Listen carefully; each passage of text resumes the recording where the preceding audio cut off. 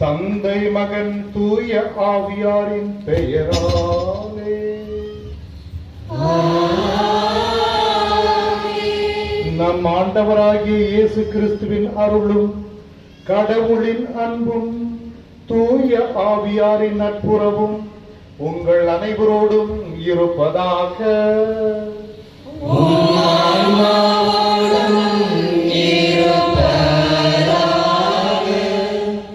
கிறிஸ்துவுக்குள் அன்புக்குரிய சகோதர சகோதரிகளே, புனித சூசையப்பரின் பக்தர்களே, நாம் அனைவரும் நம்முடைய பங்கின் பாதுகாவலரான புனித சூசையப்பரின் விழாவை கொண்டாட நாம் மகிழ்வோடு இங்கு திரண்டு இருக்கின்றோம்.